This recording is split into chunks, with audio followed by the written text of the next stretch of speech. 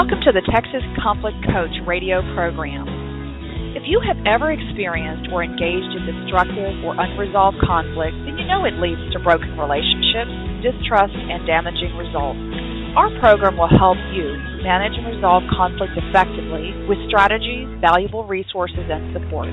I am your host, Kaity Porter. My guest hosts, Zena Zameta and Stephen Kotev, along with our guest experts, will share our experiences, raise your awareness, and give you food for thought. We will share with you problem-solving strategies no matter what your situation is. At work, with neighbors or friends, family, and with partners. Tune in or join in the conversation every Tuesday evening.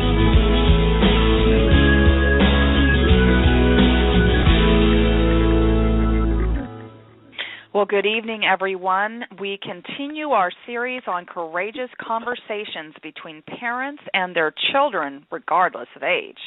Now, this is a special one-hour episode today that's about teen dating violence and how do we begin to recognize the signs and start the conversation with our teens. Now, adolescent dating violence and teen dating abuse are real and deadly. Many parents and their teenage sons and daughters are unfamiliar with the red flags that signal a pattern of dating abuse and violence. You will learn about the cycle of teen dating abuse, recognize the signals in your teenage daughter or son, and learn what you need to do to start the courageous conversation with your teen. Now, we have three guests tonight. We have Bobbi Sudberry, and that's Bobbi, B-O-B-B-I, and she is the executive director of Kaity's Way, a nonprofit corporation she co-founded in honor of her murdered daughter, Caitlin Marie Sudberry. Now, we also have with us Vicki Owen, who has been working on an international crime prevention officer for the past 15 years for the Gilbert Police Department in Arizona, as well as a technical trainer for the National Crime Prevention Council, who we've had on the program a number of times before in the past. And Vicki's daughter, Addison Naugle, was a victim of teen dating violence when a young male classmate drove Addison into the desert and physically assaulted her. She is now a prosecutor with the Maricopa County Attorney's Office and serves as a professional speaker on personal safety and teen dating violence. So tonight we do have our chat room open at blogtalkradio.com/Texas-conflict-coach. And we invite you to participate in our Twitter feed using hashtag TCCRadio. Welcome, all three of you, to the program tonight. Thank you, Patty. Thank you. You know, I really appreciate the time that y'all organized and coordinated the effort in our planning of what is it we're trying to accomplish and educate. We have a very global audience, and so I thank you so much for being part of our radio show family and really about educating the community, because this is a very, very important topic, and there's a number of websites and resources we'll be sharing with you listeners throughout the show that are incredible resources in helping you with this. And we're going to start with Bobbi first, Bobbi Sudberry.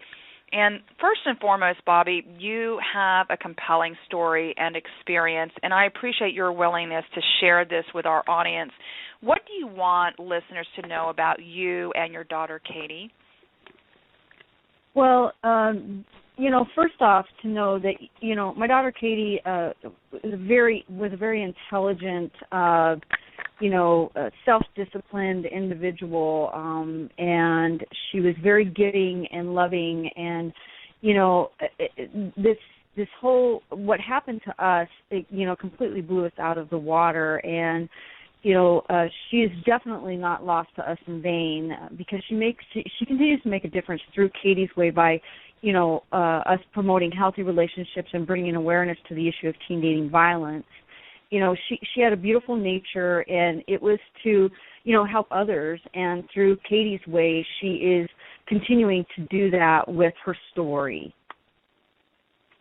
Now, how old was Kaity when she was engaged in this teen dating violence situation?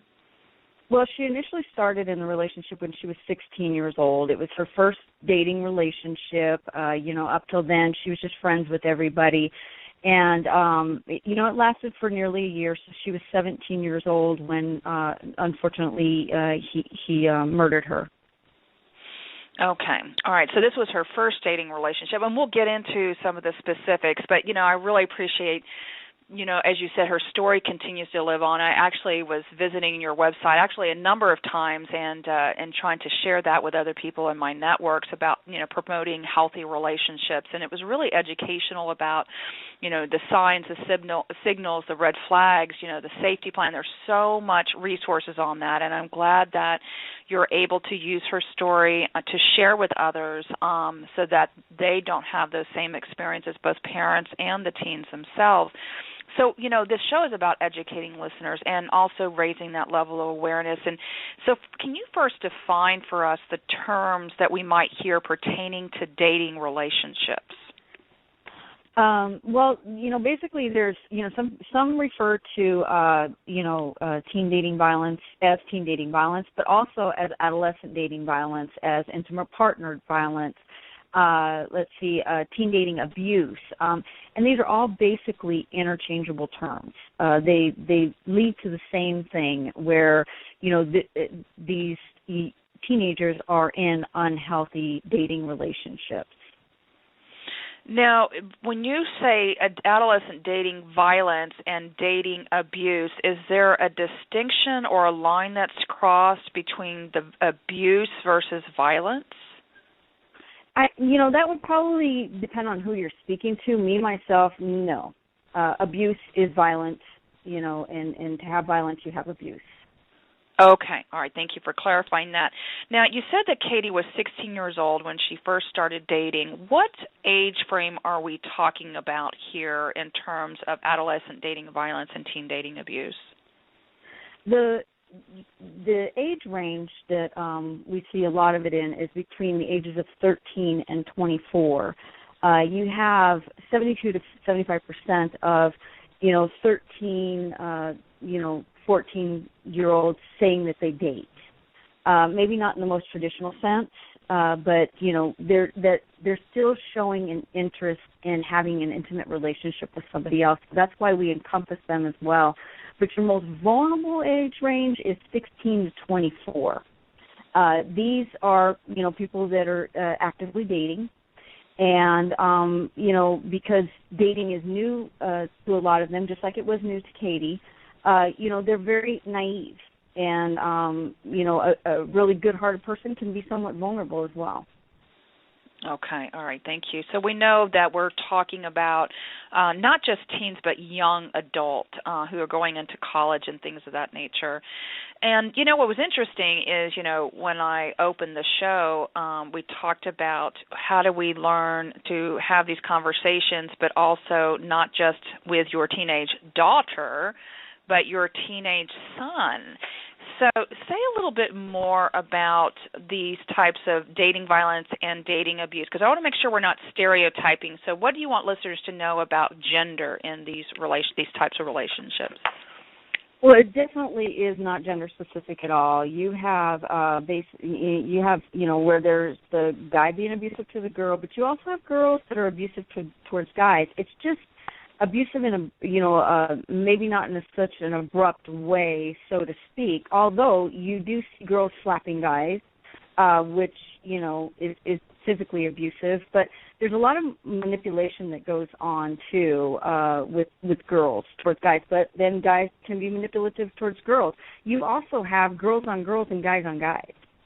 So, it really just crosses in all directions. And the American Psychological Association did a survey where they found 41% of females and 37% of adolescent males, and report or said that they had been involved in an abusive relationship as a victim. And so those numbers are pretty close. Okay, as a victim. Okay, so I appreciate you sharing that, because I don't want people to walk away thinking, oh, it's just the girl that's the victim, but that it really can, like you said, not be gender specific. And also to clarify something you said, when you say girl and girl and boy, we're talking about lesbian or gay dating relationships. Is that what you're talking about when you say that? Yes, and I'll tell you one thing about that I came to know recently, or came to understand recently, was that some people have actually said that those relationships can be quite a bit more abusive you know, and unfortunately tolerated because you've got girl on girl, guy on guy, you know what I mean, type of thing. So, you know, people are appalled at the idea of a man, you know, or a young man hurting a young woman and all of that. But then when you have two girls going at it, you know, some people don't necessarily look at that as such a big deal. And so those will escalate and continue to escalate. Okay, thank you for sharing that that dynamic, and we could probably do a whole show on just some of those elements right there. All right, so let's get into then, if you don't mind, and Addison and Vicki, please feel free to add anything, and I know that we're going to be having conversations with all three of you. So, Bobbi, what is the cycle of abusive relationships? Because there is a cycle, and specifically the red flags parents, teenagers, and bystanders need to be aware of. And you might want to clarify what a bystander is, because not everyone might know what that is. Okay. Well, basically, the pattern, we'll start off with the pattern of an abusive relationship. There's about five elements to that, you know, where it starts off with the honeymoon phase, okay, where it's all good, they're getting to know each other, but then there comes the tension building, okay, where there's frustrations that are coming about, there's misunderstandings, and we're not knowing how to deal with them, so then you have the explosion that occurs. Okay, where the abuser becomes abusive, and either it's verbally, emotionally, psychologically, or physically. And then you have where the abuser starts apologizing because they, you know, the victim, you know, starts to either push away, you know, back off and whatnot, or, you know, they realize that they've, you know, been wrong and everything, so they start apologizing, and then as they're apologizing, they're being so kind and can't do enough for the victim that the victim thinks they have changed back into that person that they initially grew to care about, and so the victim accepts the apology and it gets back to the honeymoon phase, and it just keeps cycling around like that. So the last phase then, or element, is the acceptance? Right, the victim accepts the apology from the abuser, and then eventually, as the cycle continues to go around, the victim begins to accept this behavior and their role, as well as the abuser does, because it keeps cycling around. And you know, then. Now, this sounds very much like what we hear in domestic violence abusive relationships. So it sounds like a very similar cycle or pattern in the teenage dating? Yes. Okay. It is very similar, and if you look at teen dating violence, kind of a precursor to domestic violence, because people don't become abusive just because they move in together or live together or get married. Okay. There's usually some indicators before. So that's really good to hear that, and an indicator of someone who's either an abuser who continues that pattern, or the person who is on that receiving end who then continues in finding those types of relationships. So it could go either way in terms of the precursor of getting into worse relationships. Is that right? Exactly, and there are certain red flags that, you know, if identified in the beginning, you know, a victim, you know, they can avoid, you know, continuing in that relationship before they become so emotionally invested. And one of those particular red flags, and this one flies under the radar for a lot of people, there is this want to be with that person constantly, 24/7. They want to be with them all the time. And well, in the beginning of any, you know, dating relationship, yeah, that's the case because they're trying to get to know each other, and that's how people get to know each other. But what young people need to understand is you're only going to know someone as well as they're going to allow you to know them. Through time, you know, things will start happening and you'll start seeing things. But if somebody wants to be with you all the time, you know, a lot of teens think that this is, oh, wow, they really care about me and they really want to be with me. You know, they think I'm wonderful and everything. What they don't realize is that this is oftentimes an exercise of power and control. That person trying to dominate the victim's time. And that one flies under the radar because of the misunderstanding that they really care about me, they really love me kind of thing. Now, what are other red flags that if we have parents listening in, for example, or teens listening in, what are those behavioral signs that they need to be paying attention to? Well, let's see. Somebody putting you down, okay? I mean, if you really think about this and drill down on it, number one, if somebody is in your life and they care about you, why would they even say one nasty or mean word towards you? You know, the people in your life, they need to be like your cheering squad. They need to be lifting you up, encouraging you, and empowering you. Putting you down, no, that's just completely unacceptable. You know, and that's like anything from name calling on out to making snide little remarks to, you know, just trying to get under your skin or whatever, you know. So, you know, put downs, they try to tell you what to do. Okay. You know, when a teenager is dating someone, they're usually right around their own age. So do they know so much more than them that they need to tell them what to do? That's what teens have parents, coaches, teachers, you know, religious leaders and whatnot for in their lives. These are experienced people that want to guide them, whereas somebody your own age, they're not going to know any more than you. You know, well, and I think that, this is Addison, I think that another thing, too, that in regards to kind of a combination of that 24/7 and then also putting you down is there's a lot of times in those relationships where a partner will put down maybe another partner's some sort of activity that they've participated in, volleyball, dance, football, whatever that may be, and discourage participation in that in order to spend more time with that individual. And that is also a different way that this appears, is by putting down activities that someone is participating in, putting down things that they love, you know, maybe time with their family. And that is another way that you see this. And this is Vicki. I know that Bobbi, too, had shared with me before a story that actually just kind of talked about Katie's boyfriend, if you wouldn't mind sharing kind of how he was calling her a lot and how you noticed that occurring through his phone calls and how you kind of handled that too was really really interesting to me. If you could share that, Bobbi. Yeah, I mean, he would text her all the time. You know, he wanted to text her and, you know, wanted her on the phone, you know, and that's part of the trying to be with her 24/7. And, you know, so if he couldn't be with her physically, he was trying to be with her over the phone or over the computer or whatever. And one time her and I were out shopping, and the first 45 minutes of that shopping trip, he texted her, it felt like 100 times. And, you know, he wanted to know where she was, who she was with, what she was doing, how long she was going to be doing that. You know, just it was like almost like he was trying to be there.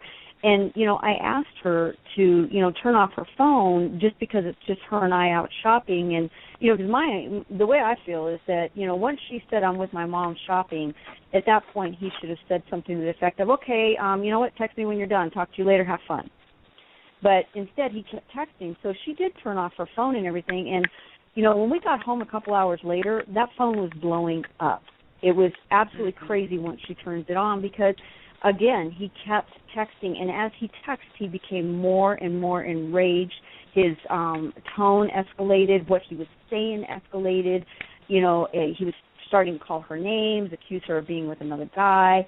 Just this whole insecurity, jealousy, and possessiveness was coming out in that. And that's when, you know, one of the indicators I saw where, you know, I knew that was not a healthy relationship. So that was my question, because before all of this with Katie's Way, of course, you've learned so much and you're sharing so much of your own personal experience. At that time when that was happening, what was coming up for you as a red flag? Were you saying immediately to yourself, this is an abusive relationship? What was coming up for you as a parent? It was coming up for me that, yeah, that wasn't a healthy relationship. That you know, it was apparent that she was not happy, and, you know, I would try to talk to her. I would try to explain to her, you know, that you don't deserve to be treated like that. You know, your father doesn't treat me that way. I don't treat your father that way. You know, we respect and love each other, and we trust each other. And you know, we do like spending time with each other, but we realize we have to be apart from each other at times. You know, just really trying to give her examples and whatnot. And, you know, ultimately it did pay off because she did end the relationship.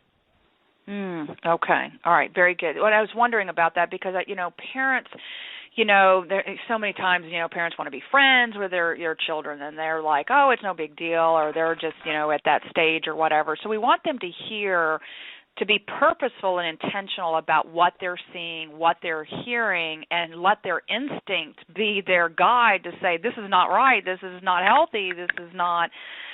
So before we move on to a question I have about, you know, because it's a common question around why does the victim stay in these relationships, and but the question is there any other hidden, flying under the radar types of red signals that we want parents to really be paying particular attention to? Because you already mentioned one, but I was wondering if there is something else, and maybe Vicki and Addison, you might have that you didn't think of as a red flag at the time, but you know is a red flag. Is there anything more like that? Yeah, this is Vicki. There is a lot of red flags, you know, all in different realms of the teen power and control wheel. You can actually see that on Kaity's Way website as well. But it gives some great cues as to those things that are red flags you can, you know, kind of look for and talk to your teen about. For instance, you know, we kind of already talked about the isolation and using jealousy as well. But also, you know, and we already talked about, you know, the basically the gay lesbians as well. They have threatening and intimidating them based on basically their sexual preferences. You know, there's the playing the mind games. You know, using social statuses as well. Or even something like if the person that they're dating buys them a cell phone or gives them a cell phone to use. Now that may seem like a nice gesture, but to me that would be a red flag, because I'd be you know, wondering, number one, you know, I'm their parent. If they're going to have a cell phone, they're going to have it because I allowed them to have it. But then number two, you know, they're giving them the cell phone, and you know, usually that's an indicator that they want to keep track of them. Mm-hmm. Yeah, exactly. Okay, very good. And I appreciate you, you know, so we can't say enough about Kaity's Way, which is the Kaity's Way, I think it's kaitysway.org. Is that correct? Or, Bobbi, is it a different? Correct. It is yes, Kaity's Way, Kaity, is how Kaity is spelled. And there are a number of, actually there was a site for parents and a page for parents and a page for teenagers, so they could see those different symbols and red flags. So, Bobbi, you know, a very common question that comes up in the domestic violence arena, and I'm sure probably comes up in this arena as well, is why does the teen stay in these relationships? Okay, so that kind of takes us to victim blaming. You know, why does a victim stay in the relationship? You know, because one thing that we really try to get people to understand is that a victim is never ever to blame for being in an abusive relationship. And one of the first responses we'll get to that is, well, then why do they stay in the relationship? And, you know, the thing about that is that they have very valid reasons for staying in those relationships. They're valid for them, okay? You know, we're on the outside looking in. We're bystanders. And to define a bystander, basically we're just people that are seeing what's going on, but we don't see everything that's going on. You know, so if there's two people, you know, having a tussle in a hallway or something like that, they're fighting in a hallway, you know, anybody that's standing around there is a bystander. So we're basically bystanders, and, you know, you have, you know, we don't know exactly what's gone on behind the scenes. We don't know that the abuser hasn't threatened, okay, the victim or the victim's family in any way. You know, in our case, Daniel threatened to hurt Kaity's little sister, Virginia.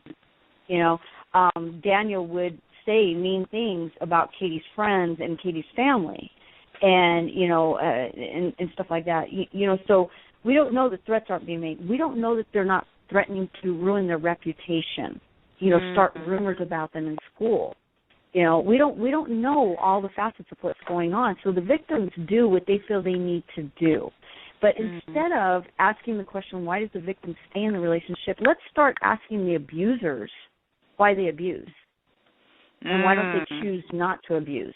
Let's turn the onus back onto the abusers and not onto the victims anymore, because the victims are not abusing. So there's no reason to blame them. I love that, to ask the alternative question. Like you said, to turn it back to the onus is on them. Why do they abuse? Exactly. But you did bring up, like you said, the valid reasons for them. Threats, especially threats of loved ones, of hurting, hurting, whether that means killing or whatever that hurting is of a loved one or a really close friend or whatever, brings a great deal of fear, and a fear is a great motivator. So that motivator is, do I stay in the relationship because they're going to hurt someone? So that fear and anxiety that comes from these really, real threats, for them. And so helping to understand that, not from what's wrong with them, but, hey, what's going on and why is this person abusing, as you said. Now, we are going to transition because we have a lot to talk about, and I want to make sure that we talk a little bit briefly about Kaity's Law. And so how did Kaity's Law, obviously it came about from the tragedy that you and your family experienced when Kaity was murdered. So tell us briefly about Kaity's Law then. Well, Kaity's Law is specific to the state of Arizona, but from what my understanding is that 43 other states in the union have laws with regards to teen dating violence, and basically it protects those in dating relationships all the way from minors on into adults. So, as in our case, when I originally went to the court to get an order of protection, I was denied an order of protection for my daughter because at the time, the relationship, Kaity's relationship with Daniel did not fit the guidelines of the law, which was you had to be married to him, formally married to him, living with them, pregnant by them, related to him by blood. Okay, and so dating relationships and then a former dating relationship did not match it at all. But now, under Kaity's Law, those in dating relationships now have protection of the law so long as it's romantic or sexual in nature. So, we know not all dating relationships are sexual in nature, but, dating is romantic. It's part of romance. So, it basically goes for anybody in a dating relationship. Okay, so so I appreciate you clarifying that. You at one point had discussed with me in earlier conversations that this is a silent disease. Could you say more about that? Well, yeah, it's a silent disease, and it's a societal disease, okay? Because, when you get right down to it, this is something that is behavioral driven, okay? And we learn what we live. So, you have a percentage of, young people being raised in environments that are not healthy, okay? You also have, peer pressure going on and all of that where, people are, like sometimes people say, well, can't you keep your dating partner in check? Can't you, just things like that going on. And so basically, we need to change the mindset. And the CDC does recognize that teen dating violence is truly an issue. They put out a fact sheet every couple of years. The last fact sheet that they put out was 2014. So we're going to see another one come out in 2016. And they basically, define, who is at risk for dating violence and who does it affect? And it's a well-known fact. It affects, what happened to Daniel and Kaity? It affected not just their families, it not just, their friends. It affected our whole community. Oh, absolutely. yeah, so the whole community was affected, and beyond that. And when anybody hears or sees Kaity's story, they're affected by it as well. So, it goes all the way out there. So it's really important that we help our young people understand healthy relationships. And that's for both the abuser and the person, the victim, if you will. And I don't know if you refer to them as the victim or target. I know there's different language out there. So what do y'all, in your field and Kaity's way in educating the folks, what language do you use in that regard? I use victim. Vicki, Addison?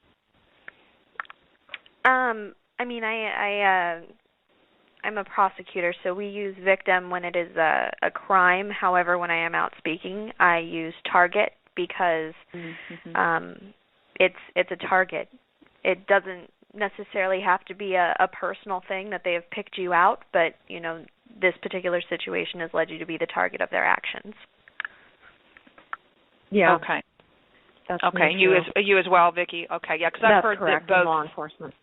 Yeah, okay, very good. Well, we are at the halfway point. We have a 1-hour special episode for those who are just joining in or in our chat room.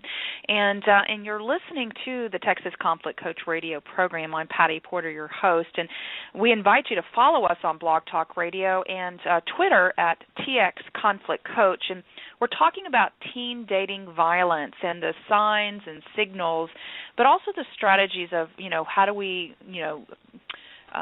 eliminate being in these types of unhealthy, destructive, violent relationships.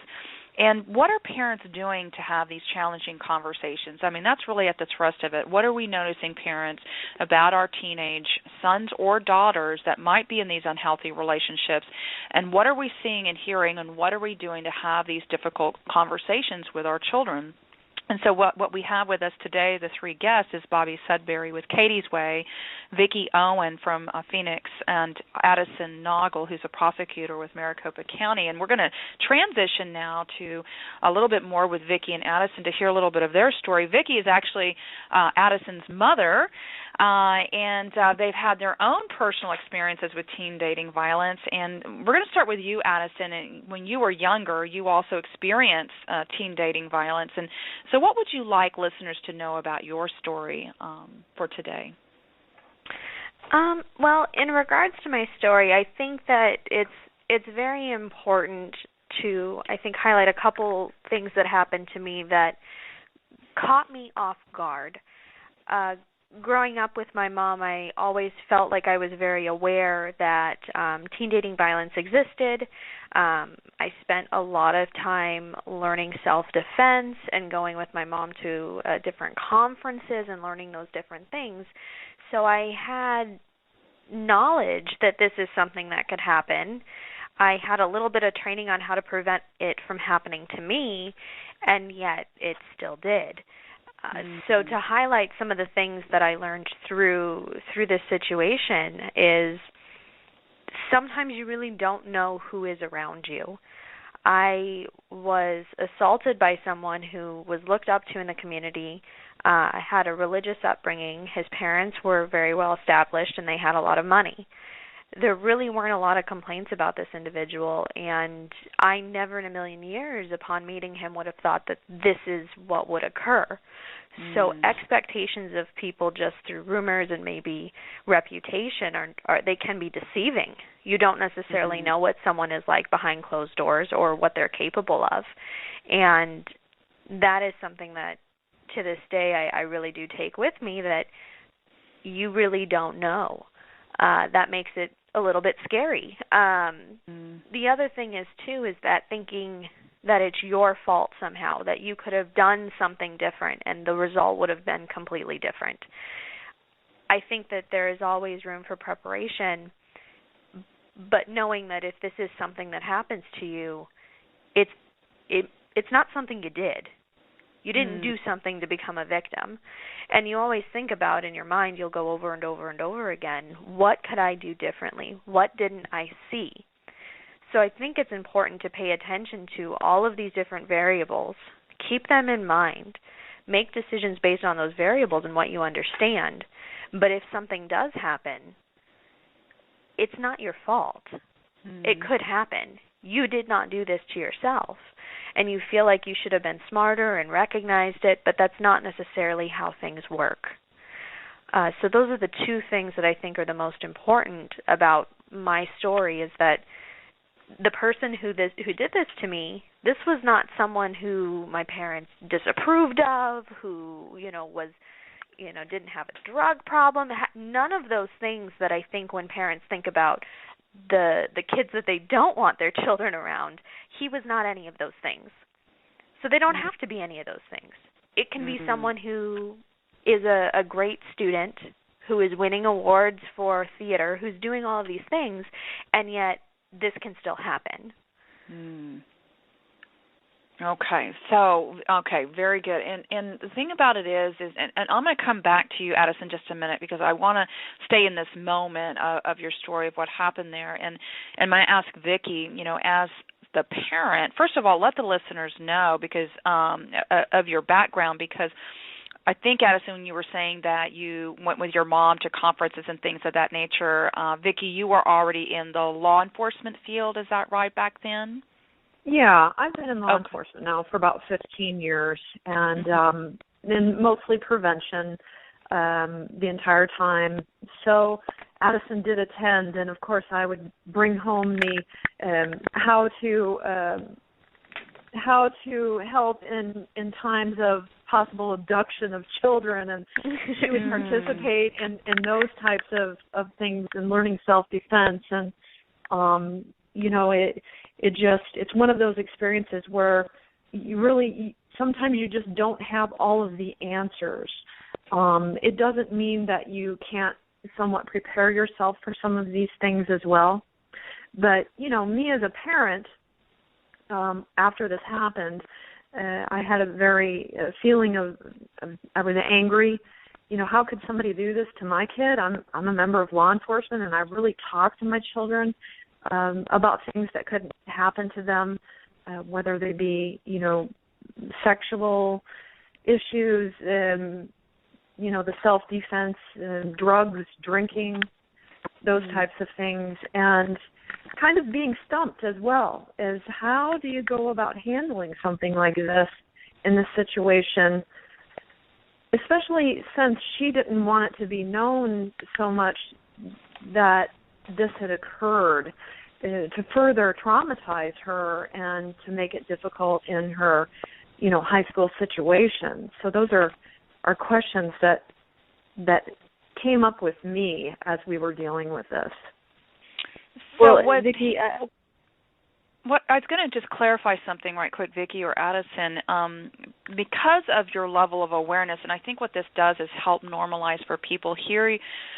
The two of you having had a lot of education and background around these types of issues, we can all be stumped. And again, it's not about blaming the victim; it's about why does the abuser abuse. And I'm wondering then, in your case, Addison and Vicki, were there some signs or signals that were not recognized at the time, but looking back on it, it was like, man, if I had recognized that, or is this something that is going to be real, that people are going to be, teenagers or parents are going to be stumped, as you said, by what looks like two different people? You have this, very reputable, great student, high expectations, everyone loves them, and then all of a sudden they're a completely different person. So is there anything more you want to add about that?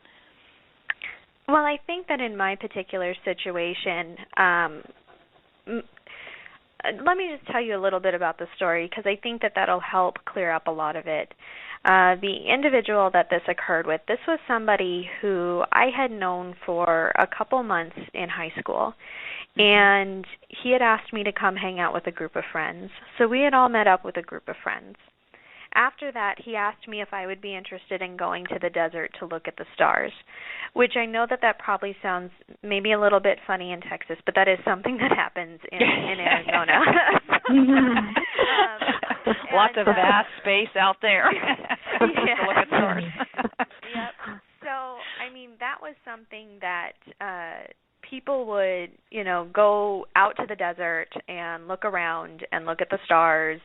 And originally it was supposed to be a group of us. And then as we were driving, everyone, for some reason, wasn't going to go. So this event happened in the middle of the desert, and there was nobody around. So there was, screaming, yelling, it doesn't matter. No one was going to hear you. And I think that what was interesting is I'm sure that a lot of people are sitting there kind of curious, like, why would you go to the desert with somebody that, it is on a date or whatnot? And I had known him for a long time, and he did not have a reputation for being someone who was physical in any way, much less physically abusive. He was actually known for the opposite, just being very respectful. So it was not something I thought about. And also I thought I would have a group of friends out, and as we're driving and everyone is not going to make it out, at this point I probably should have been like, you know what, let's not go. But you feel a lot of pressure, like, oh, well, now we're halfway there. Like, let's just go to the desert and go to this place that, we have all gone before. This isn't a new place. It is in the middle of the desert. It was not a good idea to go there. But one of the things that I think kicks in, at least with going through all the trainings, the one thing that I did remember throughout the entire experience is you need to survive this. So, part of surviving this is making sure you make it out of the desert. And I think that was one of the hardest pieces, is because after this event went down and everything happened, I needed to get back into the car with him because otherwise I was in the middle of the desert. And, that is a situation where a lot of and when I got home, I did not want to talk about it. I felt very stupid. I didn't want to tell all my friends about it because this, you have a group of friends. You don't just have, one friend most of the time. And no one believed me when I did tell them. And it did cause a lot of disruption. And I just stopped talking about it for a very long time because there was nothing positive coming from it. It was a negative experience. But after a while, you do find out that this person does it to somebody else, which is why I finally decided, okay, no, we're talking about this. Because it's not isolated.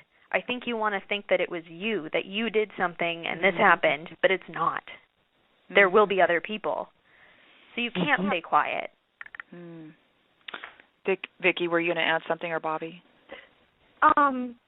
Well, and just as a parent's perspective too, National Center for Injury Prevention and Controls, they actually quoted that 81% of adults have no idea about dating violence. And, while hindsight with me is 20/20, in the sense that I probably would have talked more about this plan building for my teenager, I really didn't cover that so much.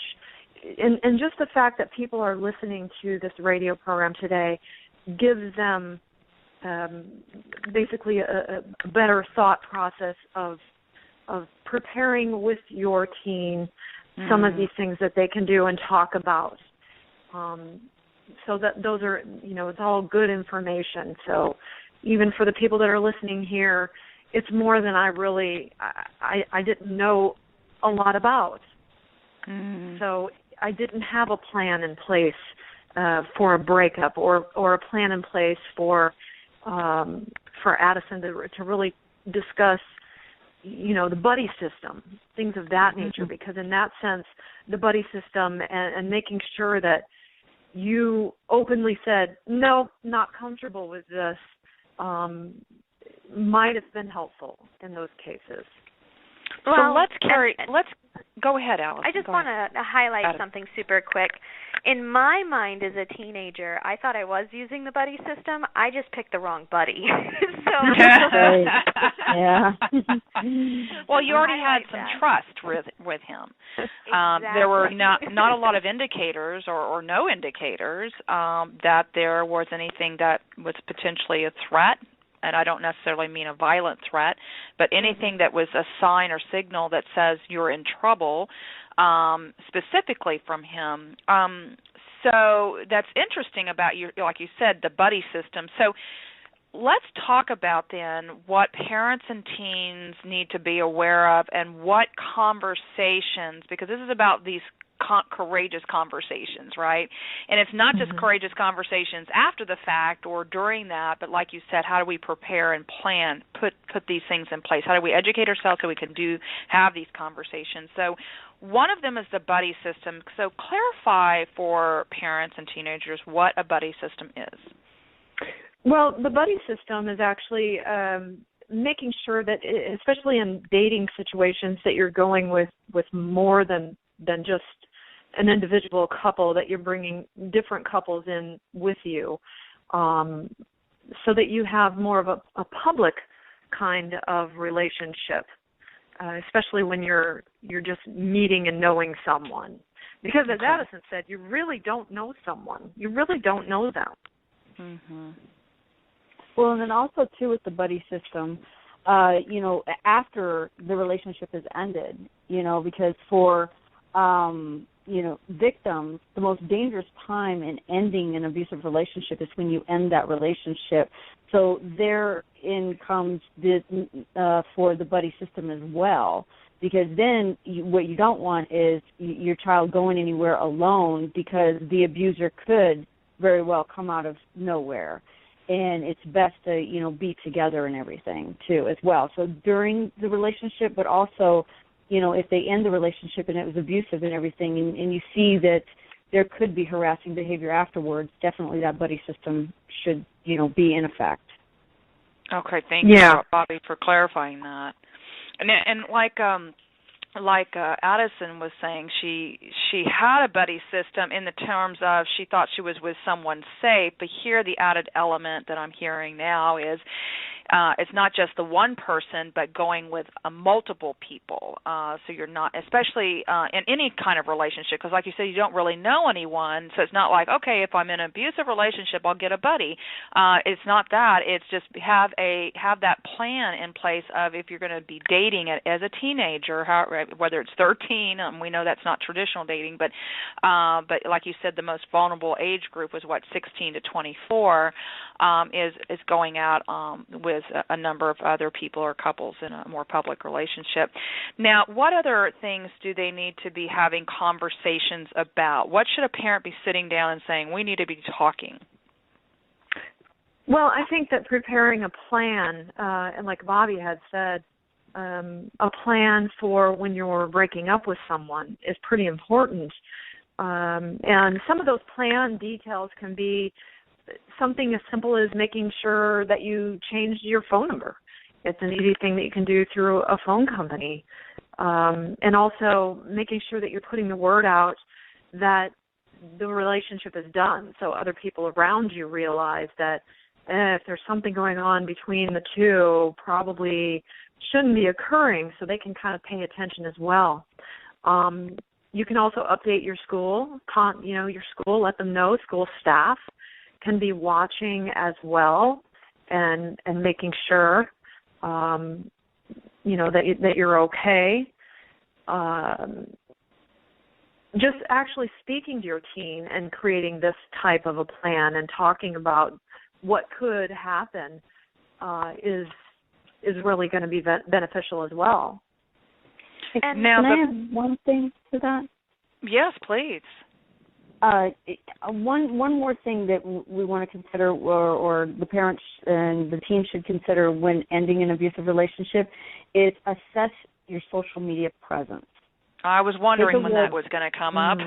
Yeah. Take a look at your social media presence.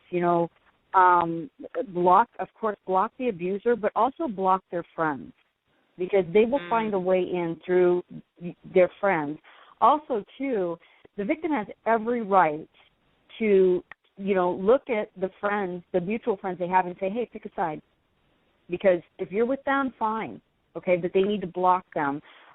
Don't ever post anything with your location. Mm-hmm. Yeah, and it may even be prudent to shut down your social media for a bit, just for your safety, because safety is number one here. And you have some information on Kaity's Way around creating safety plans. Are there sample safety plans on the website?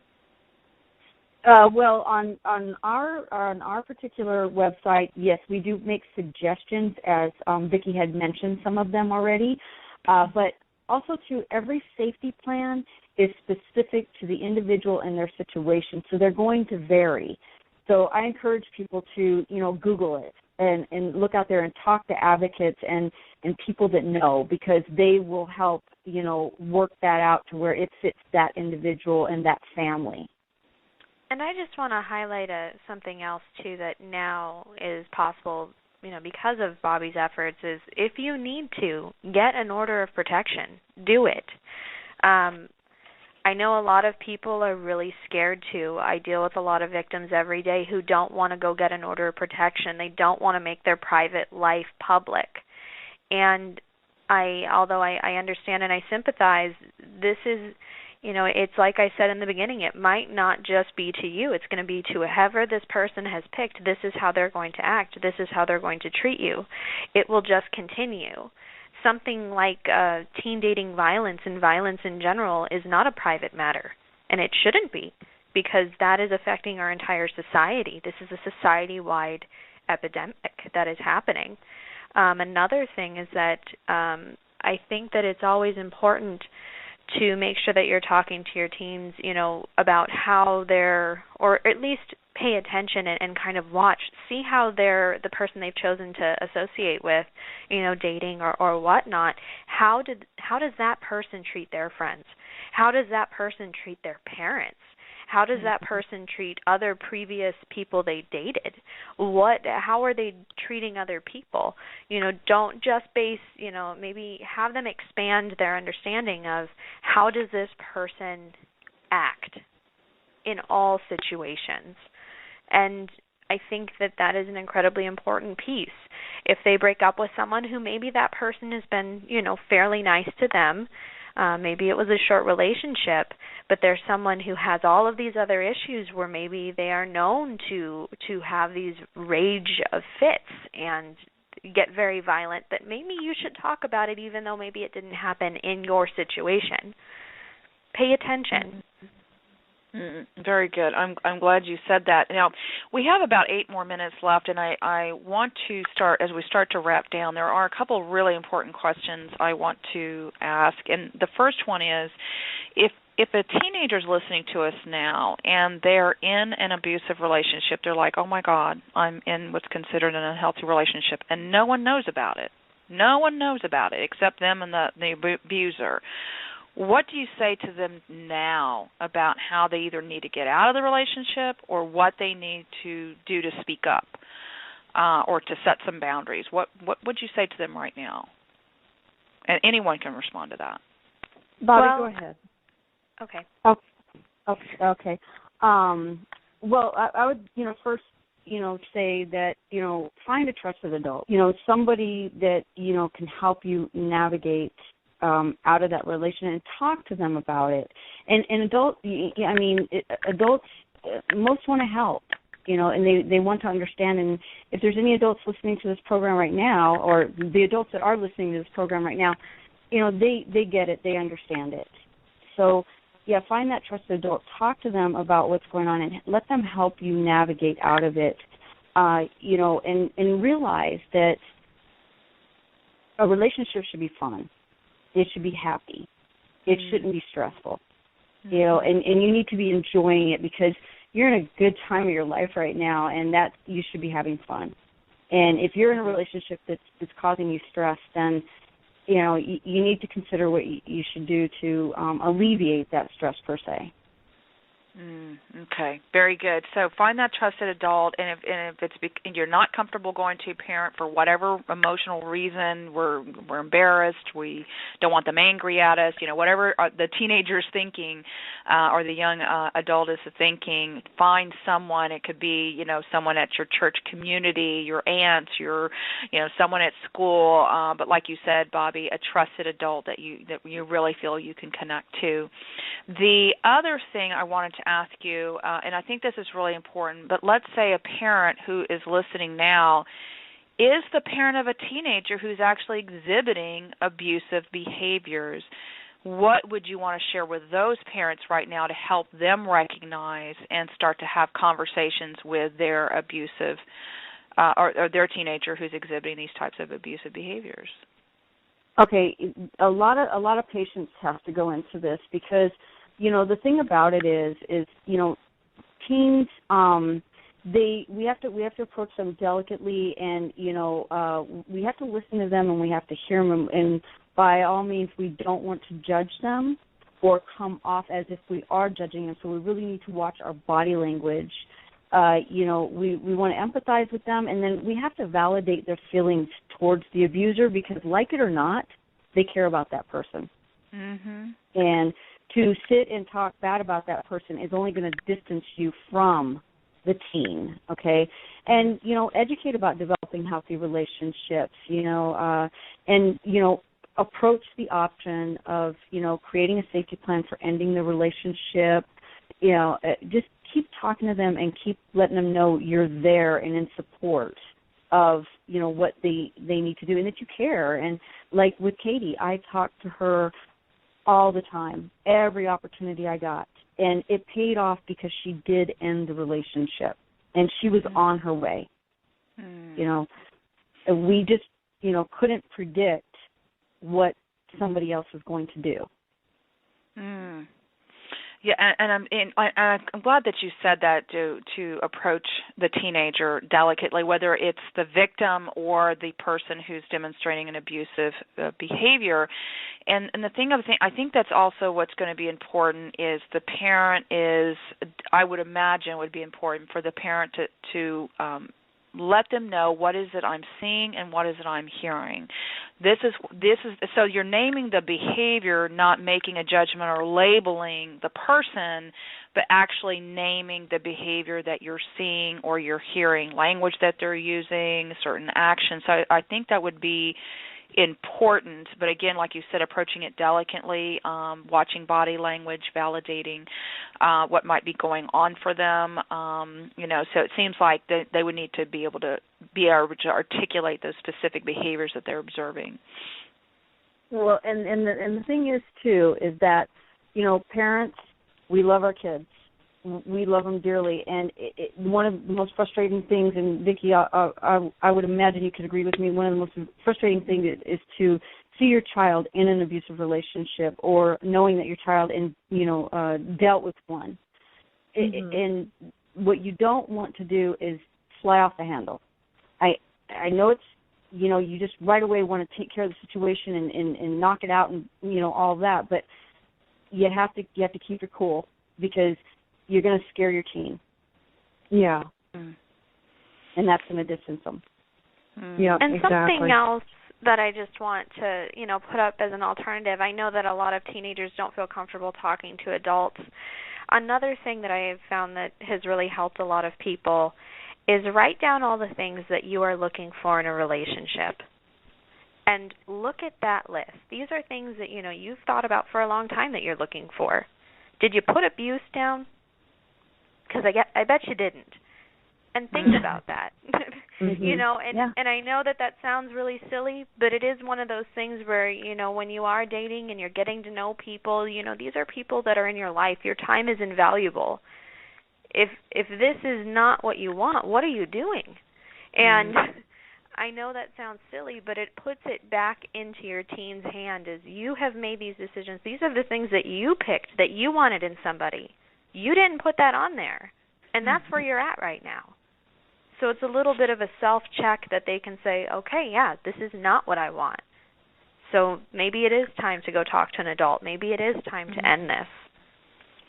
But I love those characteristics, and actually this is a nice transition to as we start to close our assignment for the week, where our listeners are used to getting field work assignments, right, a call to action, and certainly that's one of them for teenagers to be thinking about what do they want in a healthy relationship, and then kind of comparing, is this what they have?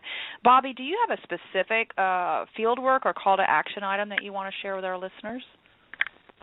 For the parents, I would like to, because, Addison pretty much covered, for the teens, But for the parents, I want to let them know, sit down with your teens and have a discussion about healthy relationships.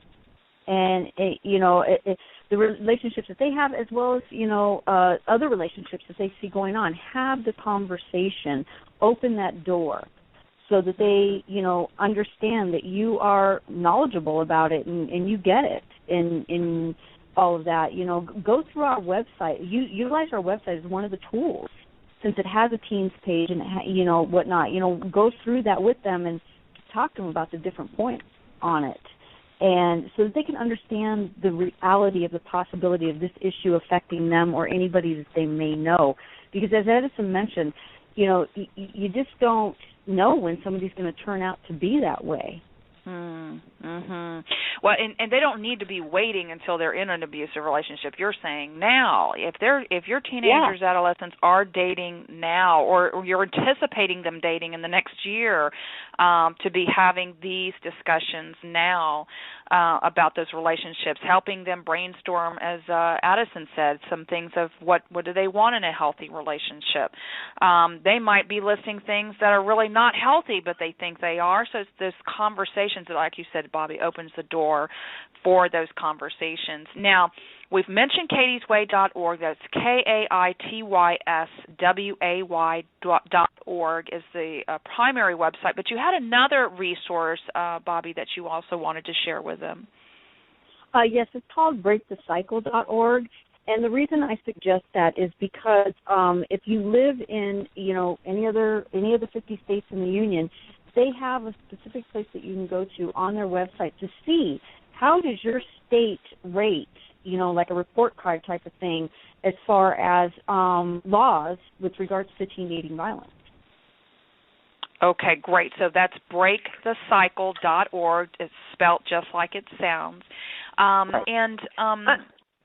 Go ahead. There's one last thing, too. Yes. This is Vicki. There's one last thing, too, that I would love Bobbi to kind of mention. I know that when I was in a training class and I had seen her presentation, she did play a show that I believe is on the Internet that she was on during the Stock series. I don't know if that was on Discovery or what, but they do. It does highlight her case on that program, Bobbi. Right. It's on the it was on the Investigation Discovery Channel, and it's called Stalked, Someone's Watching, and it is season 3, episode 16, and it's called If I Can't Have You. If I Can't Have You. Episode. Okay, great. So it's called Stalk Someone, If I Can't Have You, season 3 episode.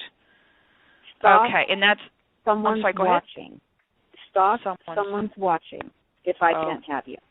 If I Can't Have You. Thank you for clarifying that. And that was Investigative Discovery Network, or ID, I think is what it's called on the television station. ID channel, yes, ID channel. ID channel. Okay, yes, I've seen that many times. Okay, great. I'm going to look for that myself, too. All right, so for any of you, we usually have a final message. And before we do that, let me give you my final message, which thank you so much for educating our global audience, because people from all around the world listen to these shows, and it doesn't matter what country you're in, you're going to have the same type of cycle of pattern of abuse no matter what country you're in. And so this is very valuable to any teenagers that are out there in the world who are experiencing this from either angle. And so thank you very much for bringing your joint experiences, knowledge, and expertise and sharing it with us in such a vulnerable way. Thank you very much for doing that. So I guess I'm going to leave it up to the three of you to decide what final message you want to leave with listeners tonight. Bobbi, go ahead. Okay, basically, I would just like to say, keep in mind that you cannot predict the actions of another person, especially someone who has abusive tendencies. You don't want to take any of these warning signs lightly. They may seem very minor all by themselves, but really, we saw that evolve into the worst possible scenario. And you want to always err on the side of caution. Seek help. Seek help from local advocates. They're there. They want to help, because the last thing any victim or abuser is that they're alone. there are people out there that want to help. There's people out there that want to help the victims, but there's also people that want to help people to stop abusing. I believe a lot of abusers really want to stop, but they just don't know where to start. So there's help for everybody out there, and everybody is a solution to the problem. Okay, thank you. And thank you, everyone, for joining us in the chat room tonight and the Twitter feed. Thank you very much for your time, and good night, everyone. Thank you for listening to the Texas Conflict Coach. We hope you enjoyed the program. You can find all of our podcasts archived to listen at your convenience at texasconflictcoach.com or download the podcast at iTunes or Stitcher Radio. You can also become a Facebook fan of Conflict Connection or Twitter me at TX Conflict Coach.